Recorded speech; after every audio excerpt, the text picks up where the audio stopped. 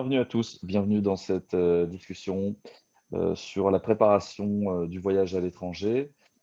Je vais laisser la parole à Floriane et donc nous allons parler, qui va un peu nous présenter les différentes choses à savoir pour bien préparer son voyage pour partir à l'étranger. Je te laisse la parole. Merci beaucoup. Donc voilà, moi je m'appelle Floriane Vienne, je suis juriste à la fédération. Et en fait, voilà, le réseau Infor Jeunes est composé d'une fédération et des centres Infor Jeunes. Et nous, à la fédération, eh bien, on apporte un appui aux centres lorsqu'ils en ont besoin. Et c'est notamment le cas aujourd'hui lors de cette petite conférence. Donc voilà, moi je vais vous partager mon PowerPoint. J'ai fait un petit PowerPoint pour que ce soit plus simple pour tout le monde. Donc voilà, de mon côté, donc je vais vous présenter aujourd'hui donc toutes les démarches générales pour un départ à l'étranger, donc toutes les formalités que vous devez effectuer avant votre départ à l'étranger. Donc on verra notamment tout ce qui est aspect pratique, donc tout ce qui concerne le logement, le déplacement, l'aspect langue lorsque vous serez à l'étranger. Quels sont les documents que vous devez emporter? Qu'est-ce qu'il en sera au niveau de votre résidence? Est-ce que vous allez pouvoir conserver votre résidence ici en Belgique ou est-ce que vous allez nécessairement devoir vous domicilier à l'étranger? Qu'est-ce qu'il en est au niveau des assurances? Donc l'assurance voyage et l'assurance voiture. Puis on verra l'aspect santé. Et une deuxième partie, on verra en fait les conséquences de votre départ à l'étranger sur vos droits sociaux. Donc on verra notamment ce qu'il en sera au niveau des allocations familiales, de votre stage d'insertion professionnelle, des allocations d'insertion, des allocations de chômage, du revenu d'intégration sociale et de toutes les autres aides sociales apportées par le CPS. Et puis on verra ce qu'il en est au niveau de la mutuelle. Comme l'a proposé Thomas, ce que l'on peut faire, c'est éventuellement, je fais une coupure après la première partie. Comme ça, vous pouvez vraiment poser toutes vos questions à ce moment-là. Quoi qu'il arrive, n'hésitez pas à poser vos questions via le chat et Thomas me les relayera. Et puis après, je présenterai la deuxième partie. Comme ça, vraiment, vous aurez toutes vos questions fraîches en tête à ce moment-là. Alors, donc on commence par les démarches générales. Donc, avant toute chose, ça paraît très logique, mais il faut nécessairement que vous ayez un projet clair avant de partir à l'étranger. Donc, il faut mûrir suffisamment votre projet. Ça doit vous paraître vraiment très clair. Vous devez savoir exactement où vous allez, ce que vous allez faire. Donc, effectivement, où vous allez aller, combien de temps vous allez partir, puisqu'effectivement, la durée de votre voyage peut avoir des répercussions sur l'aspect financier, l'argent que vous allez devoir mettre de côté pour pouvoir effectuer votre voyage à l'étranger, mais également au niveau des différentes démarches administratives que vous allez devoir effectuer. Vous devez également savoir quand vous allez partir. Est-ce que vous allez partir pendant vos études? Est-ce que vous allez partir au moment, après vos études, au moment où vous travaillez? Et enfin, pourquoi faire? Est-ce que vous souhaitez partir pour travailler, pour étudier, pour faire du volontariat ou bien simplement pour partir en vacances. Parce qu'effectivement, si vous souhaitez partir pour travailler, il faut un petit peu vous intéresser sur le fait de est-ce que c'est possible de travailler dans le pays de destination? Est-ce que le salaire vous convient? Est-ce que le secteur dans lequel vous avez étudié vous permet justement de trouver un travail dans ce pays-là? Si vous décidez de partir étudier, il faut évidemment vous informer au niveau de l'équivalence de votre diplôme et de l'inscription dans l'établissement universitaire ou haute école dans laquelle vous souhaitez aller. Donc voilà, ici, comme je suppose et de ce que j'ai lu, vos projets sont quand même assez fort différents. Moi, je vais voilà, vous expliquer vraiment les choses de manière générale. Maintenant, évidemment, n'hésitez pas à me poser des questions si jamais je ne suis peut-être pas assez claire par rapport à votre situation personnelle à vous. Mais sachez donc que chaque situation personnelle aura évidemment des conséquences au niveau de vos démarches et au niveau des droits sociaux. Au niveau des démarches générales, donc je vous les ai exposées, on verra l'aspect pratique d'abord, les documents à emporter, puis au niveau de votre résidence, au niveau des assurances et puis au niveau de l'aspect santé. Au niveau de l'aspect pratique tout d'abord.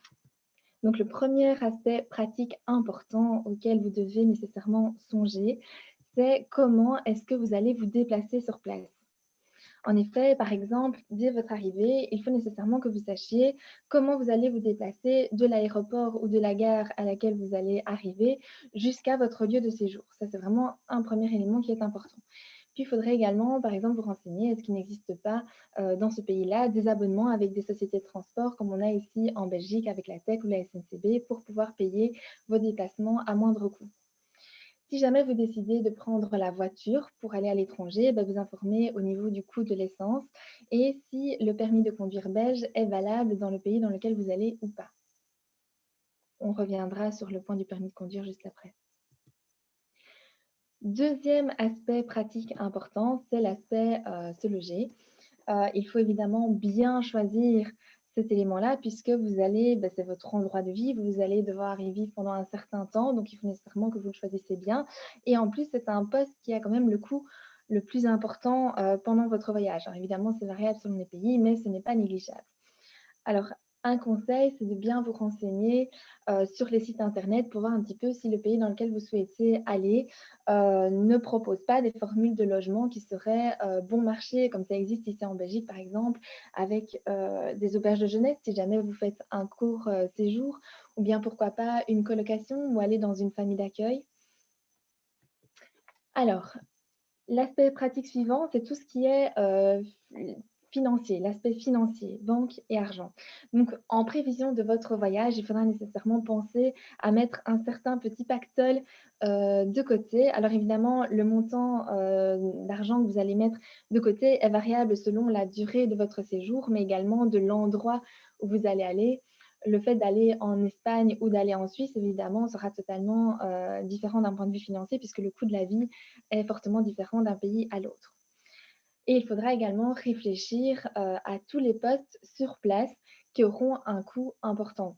Pensez par exemple que vous allez devoir vous acheter des vêtements nécessairement sur place, vous allez devoir vous déplacer, vous allez devoir payer votre nourriture, vous allez devoir payer votre logement, comme je vous l'expliquais tout à l'heure, qui est assez cher. Ça va prendre pas mal de proportions dans l'argent que vous allez devoir mettre sur place. Au niveau de vos loisirs, au niveau de la santé, si jamais vous tombez malade, le système Wi-Fi aussi. Donc, bien évaluer tous les postes à prévoir pour avoir suffisamment d'argent sur place. Ceci étant dit, comment est-ce que vous allez payer sur place? Eh bien, pensez à prendre avec vous un peu d'argent liquide. Euh, Pensez aussi qu'en dehors de la zone euro, évidemment, il vous faudra vous procurer de la monnaie locale. Donc, pensez à changer votre argent en monnaie locale. Vous pourriez également prendre votre carte bancaire. Alors, sachez que dans certains cas, la carte bancaire n'est pas valable lorsque vous n'êtes pas dans l'Union européenne. Donc, allez voir avec votre banque pour voir si c'est le cas ou pas et demandez éventuellement à débloquer votre carte. Et troisième possibilité, c'est de prendre la carte de crédit. À mon sens, c'est une des cartes les plus intéressantes. Alors, pensez quand même que le retrait d'argent ne se fait pas immédiatement, enfin, n'est pas immédiatement débité de votre compte. En fait, c'est comme si la banque vous faisait une sorte d'avance et vous devez rembourser à la fin du mois. Donc, attention à ce niveau-là, à la gestion. Mais sinon, pourquoi est-ce qu'à mon sens, c'est une carte qui est assez intéressante? Parce qu'en fait, elle peut être utilisée dans beaucoup de pays. Et outre cela, elle vous offre une sécurité assez intéressante aussi, puisque en cas de perte ou de vol, eh bien, vous pouvez immédiatement la bloquer. Alors, Floriane, oui, juste un petit truc peut-être, juste pour revenir, quand tu vas à l'étranger et que tu retires avec la carte Visa, si je me trompe oui, pas, tu as la carte de crédit, tu as, genre 5 € de frais, quel que soit le montant et donc c'est pas un oui. pourcentage, donc ça peut être intéressant aussi du coup, mais il faut bien calculer et pas retirer genre, je vais retirer 20 avec ma carte, et donc là, ça fait des gros pourcentages. Voilà, c'est juste au cas où. Oui, oui, je te remercie. Alors, quatrième aspect pratique, c'est le fait de se faire comprendre, hein, ça paraît logique encore une fois, mais si vous alliez dans un pays qui ne parle pas votre langue, qui ne parle pas le français ou une autre langue que vous comprenez, évidemment, il faudra apprendre les rudiments pour ne pas que vous vous sentiez tout perdu une fois sur place. Et ne pensez pas que c'est sur place qu'on apprend directement une langue. Non, au début, voilà, vous allez avoir quelques difficultés, donc apprenez au moins quelques rudiments. Et dernier point, qui est plutôt un petit conseil de la part d'un fort jeune, c'est de vous créer une sorte de petit carnet d'adresses. voilà, avec en fait, les numéros, les coordonnées, de personnes ou d'organismes, importants comme par exemple, le numéro d'un médecin, d'une pharmacie, d'un hôpital, de la police, de l'ambassade. Pourquoi? Eh bien, pour vous donner un petit exemple, si jamais vous tombez malade, que vous avez une angine sur place, eh bien, vous vous sentirez, rassuré de déjà avoir le numéro d'un bon médecin et d'une bonne pharmacie, plutôt qu'à nouveau d'être tout perdu comme ça sur place et de ne pas trop savoir qui appeler. Alors, on va voir maintenant les documents à emporter. Donc, il y en a différents types. On les verra au fur et à mesure dans les slides qui suivent, mais je vous les énonce ici. Donc, il y a la carte d'identité, évidemment, donc tous les documents d'identification. La carte d'identité, un passeport, un visa, une autorisation parentale, mais ici, c'est uniquement le cas s'il y a des jeunes mineurs. Alors, Thomas, on m'a dit qu'il n'y avait pas de mineurs, mais je ne sais pas si c'est... j'ai quand même vu qu'il y en avait certains en secondaire. Oui, il me semble, hein, j'ai vu, Ok, bah du plusieurs, coup, je donnerai quand même ouais, cette voilà, information-là. plusieurs personnes, 17 ans, 16 ans, Ça me donc semblait non, bien, oui. n'hésite pas. Ok, merci. On verra un petit peu ce qu'il en est au niveau du permis de conduire et de la carte étudiante si jamais vous souhaitez partir étudier à l'étranger. Alors, on va commencer avec la carte d'identité. Alors, la carte d'identité, elle est valable à partir du moment où vous restez dans l'espace économique européen. Donc, c'est-à-dire si vous êtes dans les 27 pays de l'Union européenne ou bien dans le Liechtenstein, la Norvège ou bien l'Islande. Donc, dans ces pays-là, la carte d'identité belge, elle est valable. Et du coup, la question pour l'Angleterre? Oui, je me suis posé la même question et je t'avoue, je n'ai pas vérifié.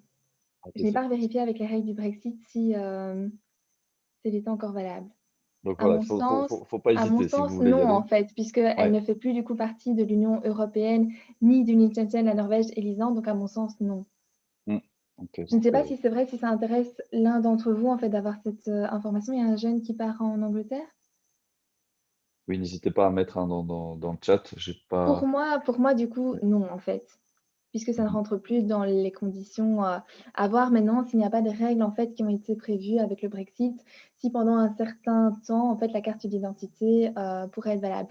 Quoi qu'il arrive, de toute façon, si vous vous posez des questions à ce niveau-là, il suffit, en fait, et c'était mon point suivant, de contacter, en fait, l'ambassade du pays dans lequel vous souhaitez aller. Et en fait, l'ambassade vous renseignera si la carte d'identité belge est suffisante ou bien s'il vous faut un autre document. Ça va? Je pense que c'est le plus simple. Mais si vous souhaitez Merci. avoir la réponse, je peux faire une petite recherche, vraiment aucun souci. Et au niveau des différentes, ambassades, pour avoir les coordonnées des ambassades, il suffit d'aller sur le site du SPF Affaires étrangères. Alors si, le voyage dure plus de 3 mois, vous devrez également nécessairement avoir un titre de séjour et ça, vous pouvez vous le procurer auprès de la commune de l'endroit où vous allez aller. Alors, si par contre vous allez en dehors de l'espace économique européen, donc comme on a vu, hein, les 27 pays de l'Union, européenne, le Liechtenstein, la Norvège et l'Islande, eh bien, il vous faudra un passeport. Donc comment obtenir ce passeport? Eh bien, auprès, de la commune de votre domicile. De nouveau, si vous ne savez pas s'il vous le faut ou pas, il faut contacter l'ambassade du pays dans lequel vous souhaitez aller. Pour obtenir le passeport, généralement, le délai, c'est de 10 jours, mais faites bien attention parce que selon certaines communes, selon la période à laquelle vous sollicitez votre passeport, la période peut être plus longue. Donc faites attention, évidemment, de ne pas vous y prendre trop tard. Sachez cependant qu'il existe quand même une procédure d'urgence qui vous permet d'obtenir le passeport dans les 24 heures, mais évidemment, ça aura un coût, plus important aussi. Au niveau justement du coût du passeport, eh bien, ça varie de 35 à 350 € et comme vous le voyez, ça dépend si vous êtes mineur ou majeur, si vous utilisez la procédure normale ou bien la procédure urgente et si vous demandez un passeport de 32 pages ou bien de 64 pages.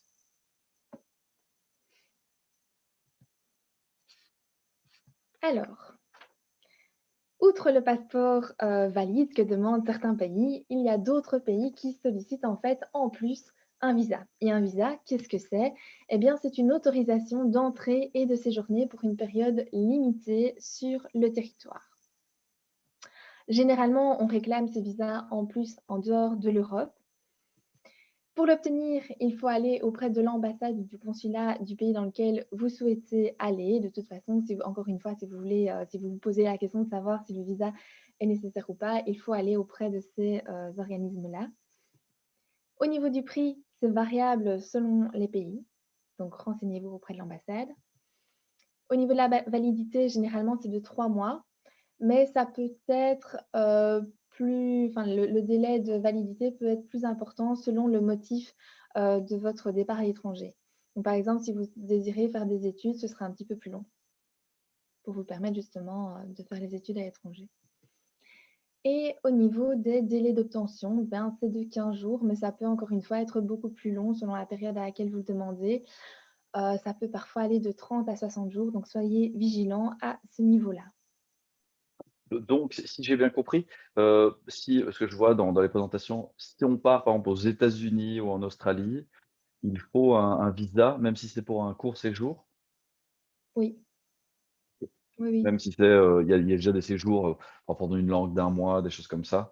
Maintenant, Ça peut-être qu'il y a des reste, particularités plus spécifiques aussi selon les pays, d'où l'intérêt justement de prendre contact d'aller avec vérifier à l'ambassade. chaque fois. Ouais, Oui, moi vraiment, si j'étais eux, vraiment à chaque fois, j'irais, voir l'ambassade pour vérifier, oui, oui. Sauf évidemment OK, si tu restes, dans l'Union européenne où là, ça paraît assez logique que ta carte bien d'identité est évidemment, ouais. suffisante et que tu ne dois pas aller au-delà. Mais, oui, pour voir s'il n'existe pas même, tu sais, un visa particulier et cetera quand tu Mmh. pars, donc oui, se renseigner auprès de l'ambassade, c'est vraiment le mieux. OK. Ça va? C'est Alors, au niveau, du permis de conduire maintenant, donc si jamais vous désirez, partir avec votre véhicule, eh bien, si vous restez dans l'espace économique européen, le permis de conduire belge est suffisant. Donc vous ne devrez pas vous procurer un autre, permis de conduire. Alors sachez également que, il y a certains pays qui ont aussi fait des conventions bilatérales avec la Belgique pour justement permettre, l'utilisation du permis de conduire belge chez eux. Donc voilà, dans certains autres pays, le permis de conduire sera, suffisant à demander à la commune ici, dans ce cas-ci. Si vous allez en dehors de l'espace économique européen, il vous faudra vous procurer un permis de conduire international, qu'on se procure encore une fois auprès, de la commune et qui a un coût de 16 à 25 euros. Et si vous décidez, de résider, sur place, donc de vous domicilier à l'étranger, dans ce cas-là, il vous faudra un permis de conduire local. Au niveau de la carte étudiant, donc si vous partez étudier à l'étranger, pensez toujours à prendre une carte étudiant avec vous. Alors c'est pas une obligation évidemment, mais c'est toujours quand même super intéressant. Il existe 2 types de cartes étudiants. On a la carte jeune européenne qui est en fait utile pour les jeunes qui ont moins de 30 ans, qui ne sont pas nécessairement étudiants, donc c'est simplement pour les jeunes de moins de 30 ans et ça a un coût de, je pense 14 ou 16 €. Je pense que c'est 14 €, oui. Et puis il existe la carte EASIC, pour, les étudiants ici, donc les étudiants en secondaire ou à l'université. Donc il faut avoir plus de 12 ans pour bénéficier de cette carte. Elle est valable dans plus de 120 pays et elle coûte 13 €. Donc pour vous procurer ce type de carte, il suffit d'aller sur le site isic.be, hein, donc comme c'est inscrit, sur, le dessin de droite, donc isic.be ou aller sur le site cartejeune.be si vous souhaitez l'autre carte. Et donc, ça va vous permettre d'avoir, des avantages, des réductions au niveau de restaurants, au niveau de magasins de vêtements, parfois même au niveau de déplacements ou d'activités. Donc voilà, c'est vraiment super intéressant. Au niveau de l'autorisation parentale, voilà, c'est ce que j'expliquais tout à l'heure avec le fait, qu'il y a peut-être certains qui sont mineurs.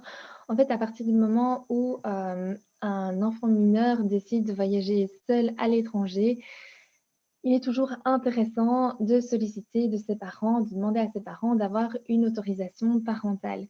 Alors, ce n'est pas du tout quelque chose qui est obligatoire. C'est en fait un simple papier écrit qui va être signé par les parents et le mieux, c'est de le faire légaliser par la commune. Donc, demander à la commune qu'ils vous mettent un petit tampon dessus. Ce n'est pas obligatoire, mais en fait, ça évitera en cas de contrôle qu'on estime éventuellement que vous soyez des mineurs étrangers non accompagnés et que ça vous porte un peu préjudice, qu'on vous voilà, que la police se pose des questions un petit peu de votre, du pourquoi vous êtes, ici, chez eux. Donc pensez toujours à prendre cette autorisation parentale pour ne pas avoir de problème à l'étranger. Au niveau maintenant de la résidence. Donc évidemment, le fait de voyager, ça va impliquer une absence temporaire de votre lieu de résidence.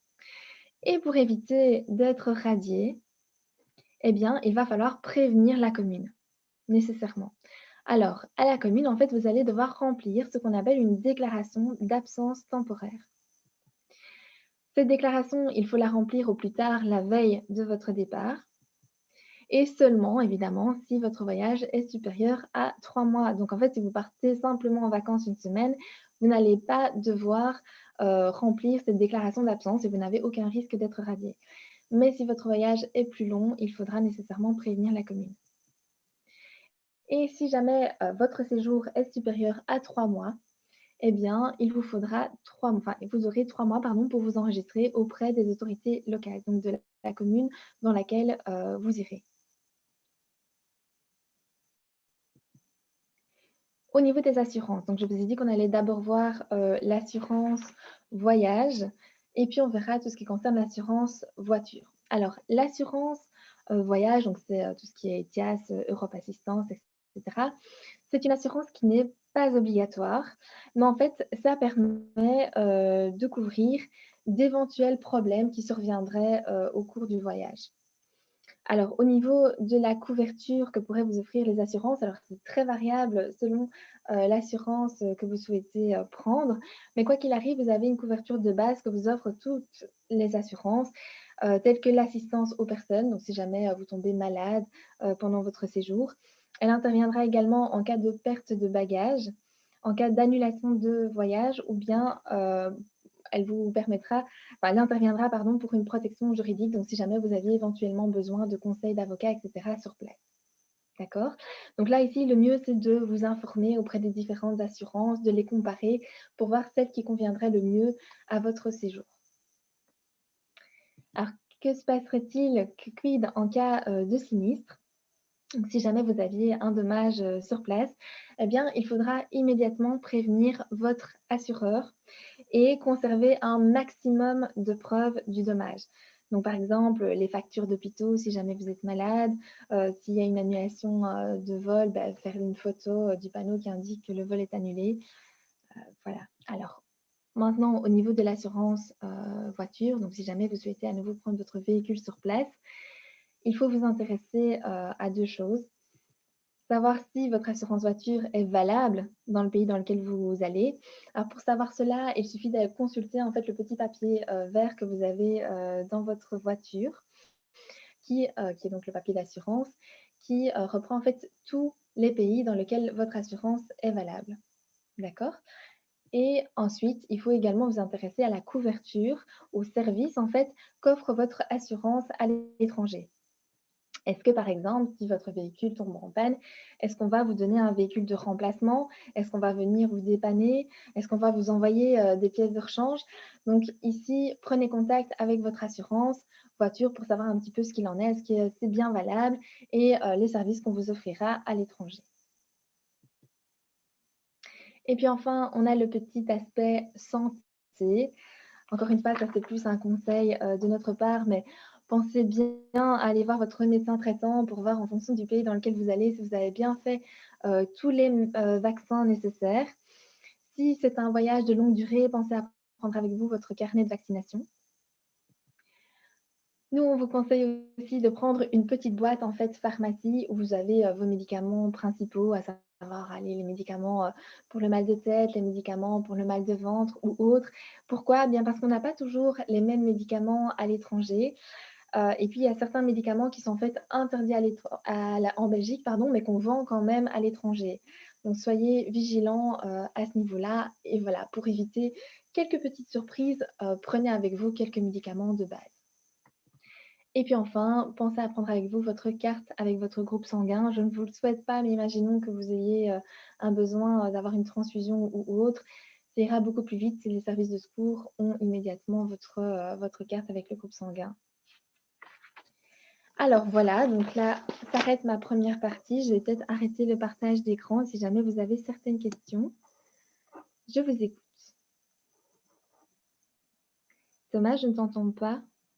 Oui, c'est mieux si je mets le micro, en effet. Oui, On avait une question de pardon, de Maureen qui dit, oui. «Si on veut acheter une voiture sur place, est-ce qu'on peut prendre une assurance belge?» J'imagine que ça dépend où on veut rouler. Si on doit rouler sur place, faut prendre l'assurance du pays. Oui, c'est ça. Là, encore une fois, le mieux, c'est vraiment de s'arranger de voir un petit peu avec l'assurance.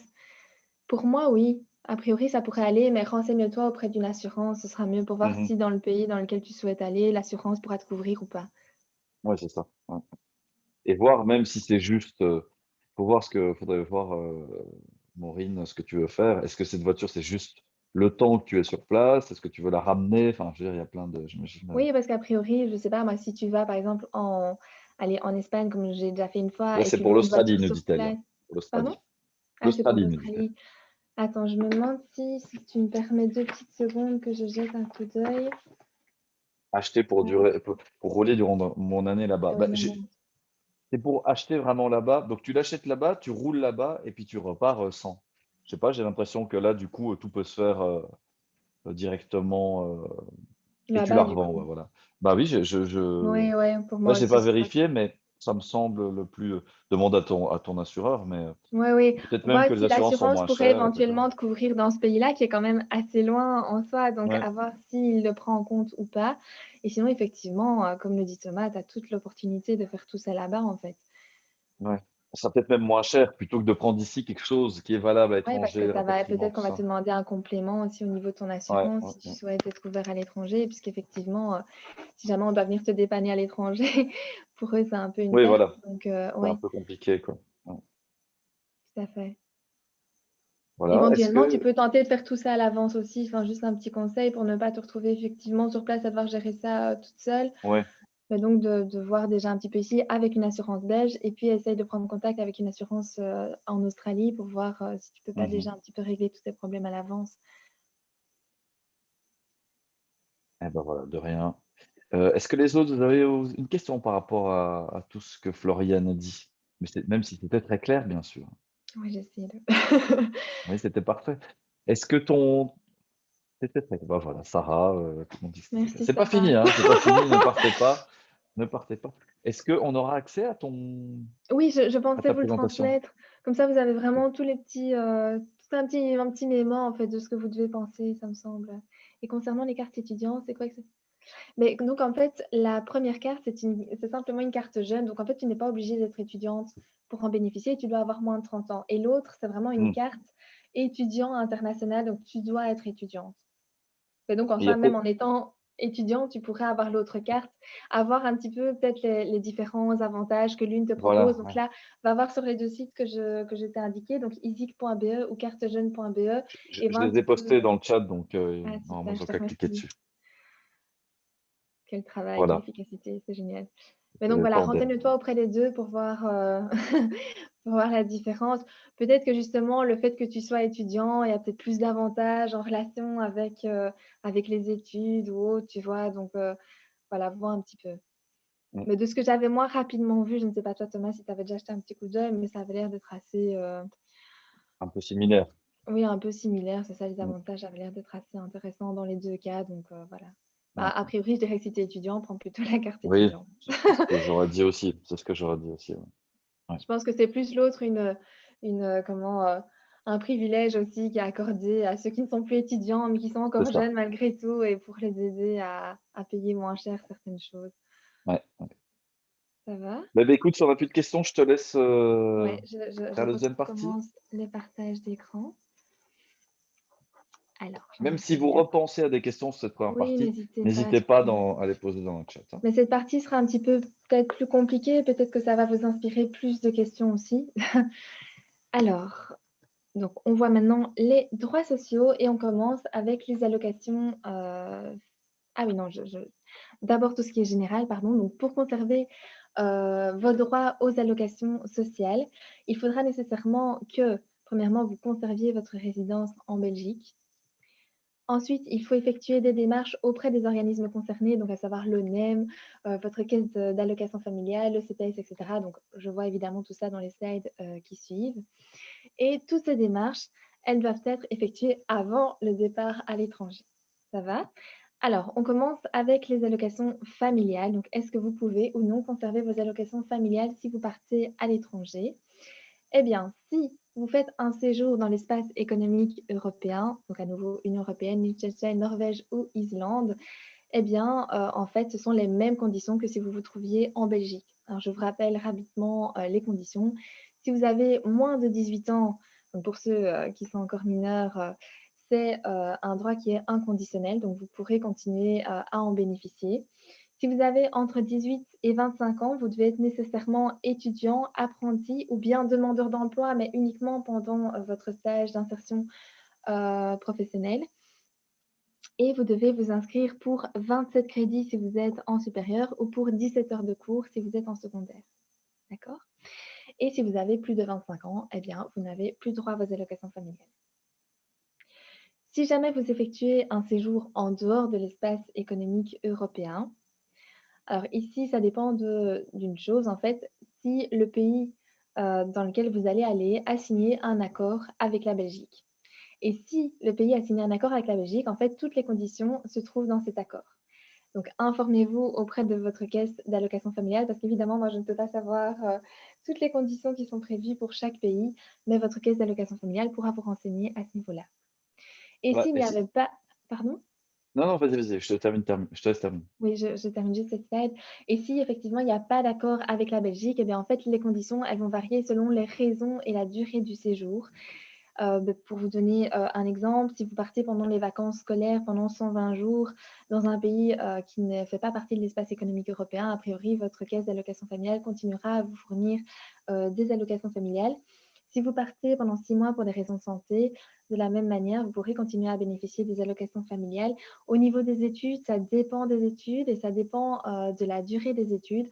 Donc voilà, quoi qu'il arrive, à chaque fois, le mieux, c'est de vous informer auprès de votre caisse d'allocation familiale qui vous donnera vraiment des renseignements très précis à ce sujet-là.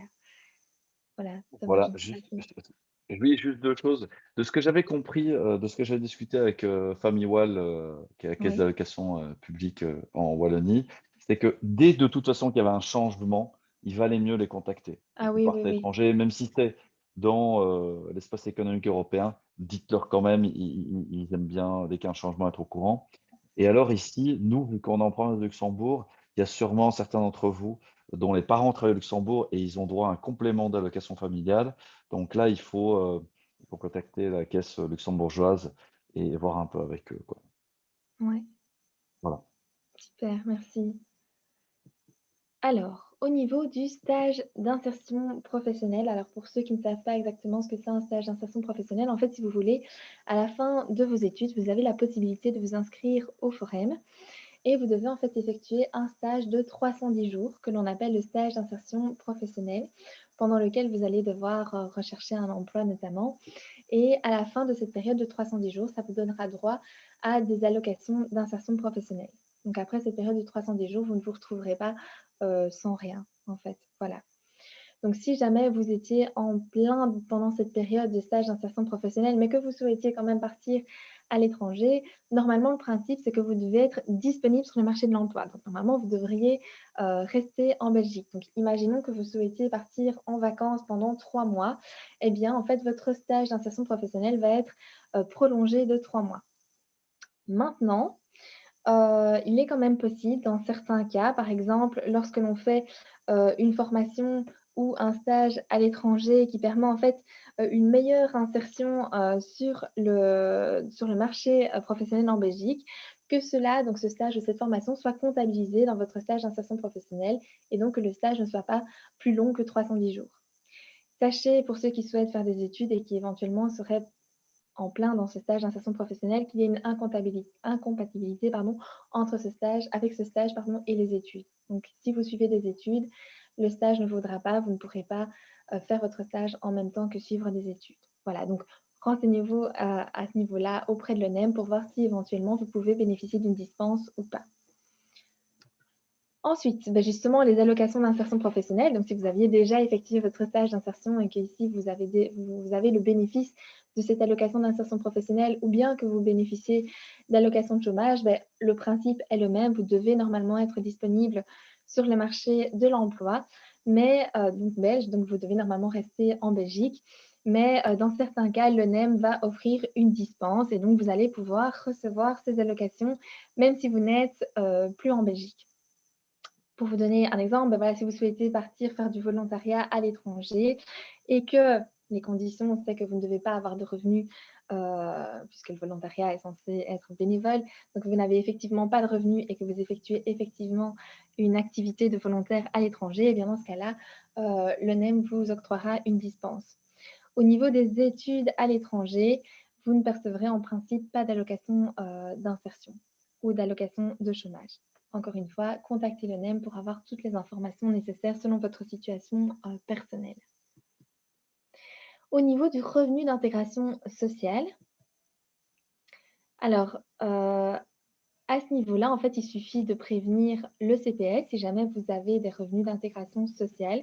Il n'est pas nécessaire de prévenir le CPS si vous faites un séjour inférieur à 7 jours, mais bon, je suppose que ce n'est, le cas d'aucun d'entre vous.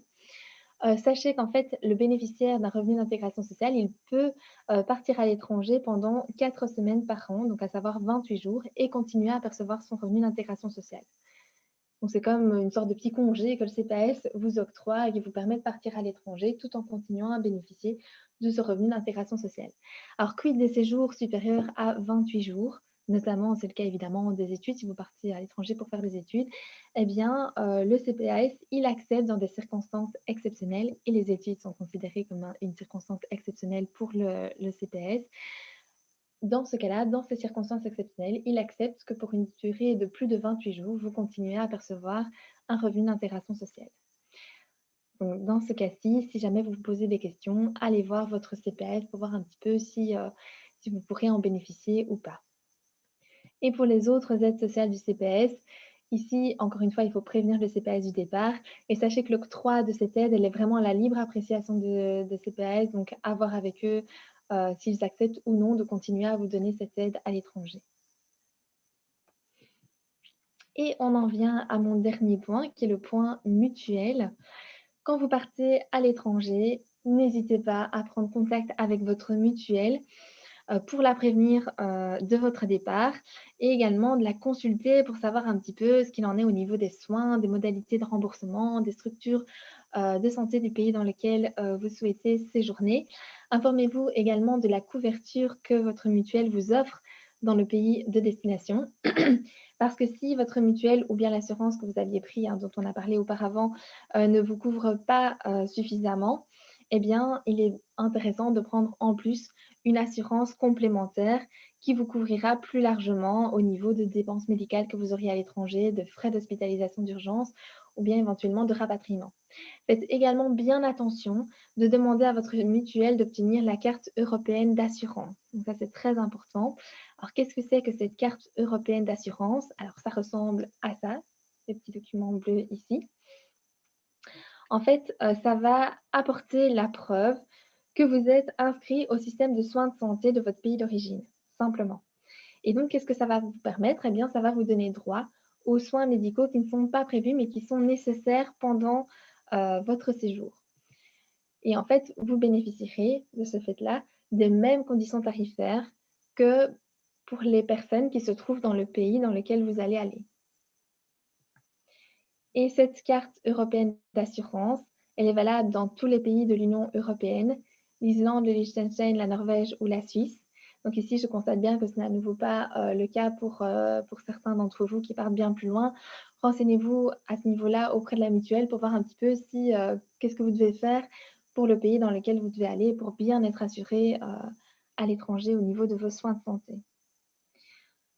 Voilà, j'en ai fini. Peut-être une toute dernière petite précision. N'oubliez pas, c'est que la règle au niveau de la mutuelle, c'est que si vous avez moins, de 25 ans et que vous ne travaillez pas encore, a priori, vous êtes sous la mutuelle de vos parents. Mais si vous avez plus de 25 ans, pensez bien, à prendre votre propre mutuelle. Voilà, je vous remercie, d'avoir écouté mon exposé.